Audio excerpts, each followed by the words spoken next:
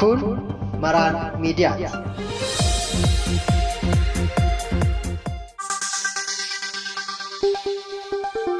Gosootni barnootaa qormaata seensa dhaabbilee barnoota olaanoo ifatee jira.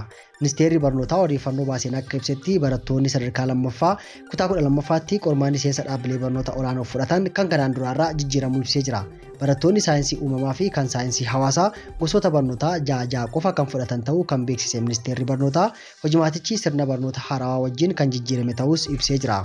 Haaluma kanaan barattoonni barnoota saayinsii uumamaa gosoota barnootaa afaan Ingilizii, herrega, fiiziksii, keemistirii, baayoloojii fi iskoolaastik aptituudii kan fudhatan ta'u. Gama biraatiin barattoonni barnoota saayinsii hawaasaa immoo gosoota barnootaa afaan Ingilizii, herrega, seenaa, ji'oogiraafii, ikoonomiksii fi iskoolaastik aptituudii kan fudhatan ta'uun beekamee jira. Kanaafuu naannoleen fi kutaaleen bulchiinsa magaalotaa kana beekuudhaan dursanii barattoota, barsiisota, maatii barattootaa fi hawaasa damee barnootaa hunda beeksisuu qabus jedhameera. FBCtu gabaase. Kun Maraan Miidiyaati.